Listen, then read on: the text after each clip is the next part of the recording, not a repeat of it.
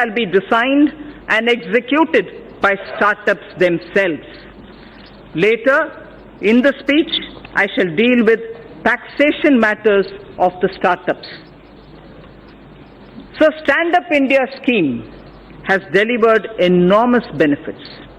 The country is witnessing emergence of thousands of entrepreneurs, from women and also from scheduled caste and scheduled tribes. Most of them assisted to set up their own businesses and industry, with capital provided under the Stand Up India scheme.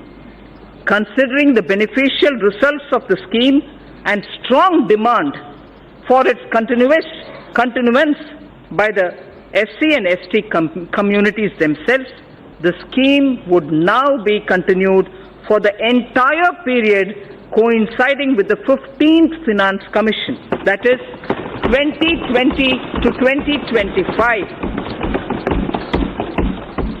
The banks will provide financial assistance for demand-based businesses, including, for example, for acquisition of scavenging machines and robots. Sir Speaker, the Stand Up India scheme has made human dignity and self-esteem to go up. Kayakeva Kailasa, I said earlier, and I repeat, the Ministry of Petroleum and Natural Gas has enabled SC and ST entrepreneurs in providing bulk LPG transportation contracts to them. In a matter of 2 years, over 300 entrepreneurs have emerged as a result of the stand-up scheme. Machines and robots have been deployed to do scavenging, which also saved the manual scavengers their dignity.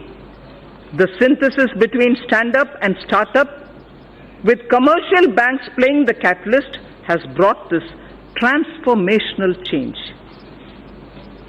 Sir, now I shall concentrate a few paragraphs on ease of living. After all, everything that this government does with the principle of minimum government, maximum governance is aimed at getting ordinary citizens' life a bit easier. So the ease of living is a very important principle.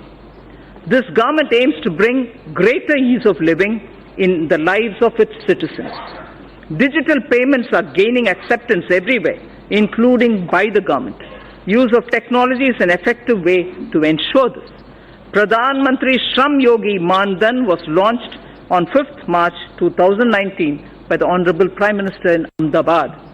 The scheme aims at providing 3,000 rupees per month as pension on attaining the age of 60 to crores of workers in unorganized and informal sectors.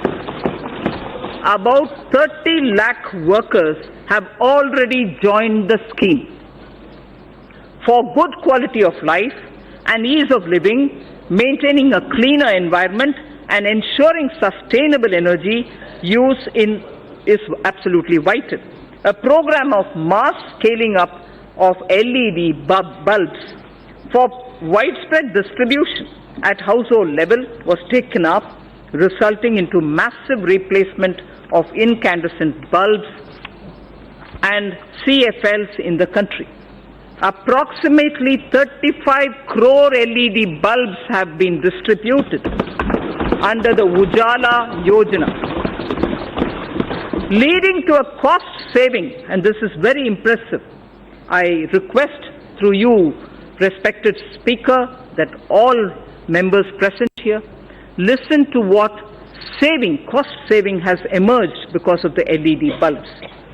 Approximately 35 crore LED bulbs have been distributed under the Ujala Yojana, leading to a cost saving of 18,341 crores. And this 18,341 crores annually, every year, because of LED, this is what the country is saving.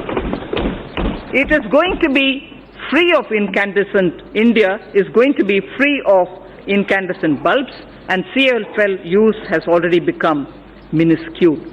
We will use the approach of mission LED bulb method to promote the use of solar stoves and battery chargers in the country. To make railway travel a pleasant and satisfying experience to the common citizen, again, ease of living, we will launch a massive program of railway station modernization this year. Railway station modernization will be launched this year. Honorable Speaker, sir, I draw the attention to the women of India. Nari to Narayani.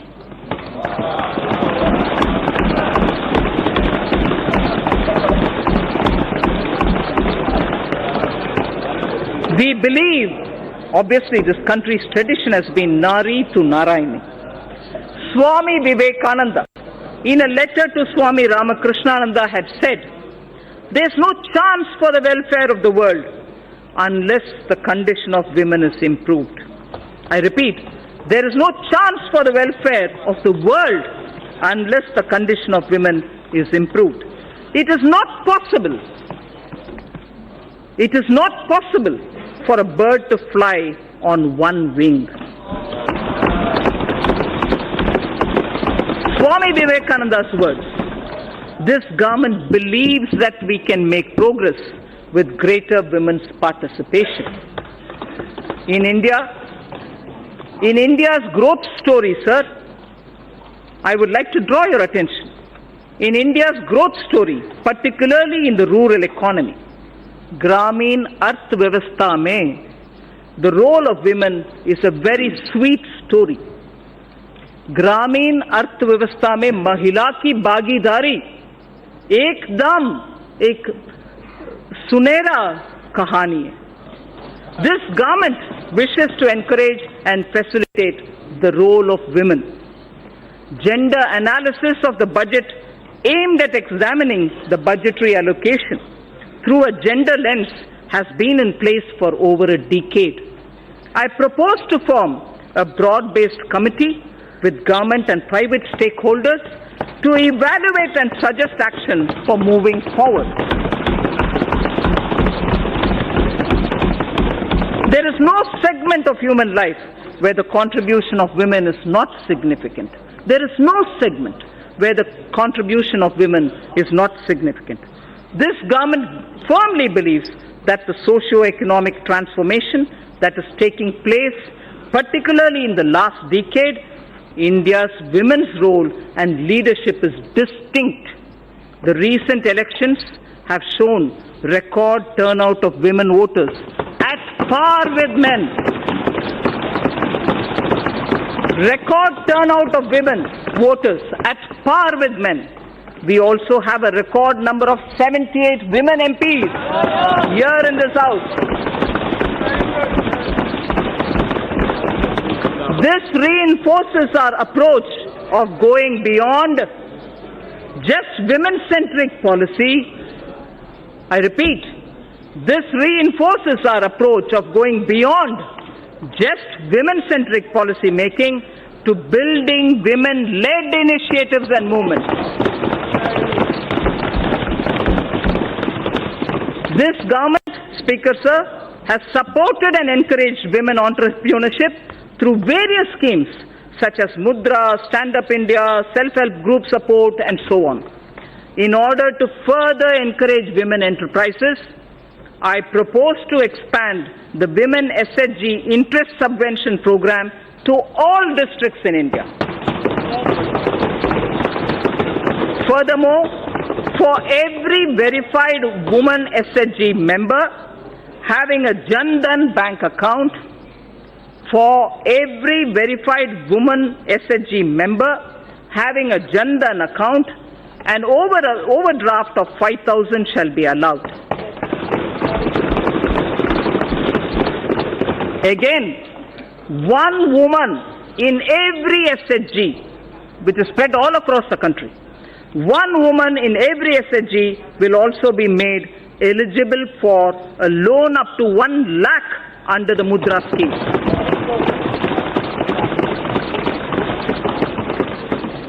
Speaker Sir, at the beginning I did tell you about India's soft power. India's soft power which is the next section I'll concentrate on. India's soft power is appreciated in so many different ways. Some simple examples, sir. In the last 3 years, on the International Yoga Day, yoga has been practiced in large numbers in 192 countries around the world. Mahatma Gandhi's favorite bhajan, Vaishnav Janto Tene Kahiye, was sung by the respective lead artists from over 40 countries. The annual Bharat Ko Jano quiz competition is sought after as an event to participate by not only NRIs, non-resident Indians, but also several foreigners themselves. I propose to consider issuing Aadhaar card for non-resident Indians with Indian passports after their arrival in India without waiting for 180 days. I repeat it. I propose to consider issuing Aadhaar cards for non-resident Indians with Indian passports after their arrival in India without waiting for the mandatory 180 days. Without waiting, we issue. I propose to launch a mission which will integrate our traditional artisans and their creative products with global markets. Wherever necessary, we shall obtain patents for them and the geographical indicators, GI, for them. I wish to say this in Hindi for the larger audience of traditional artisans.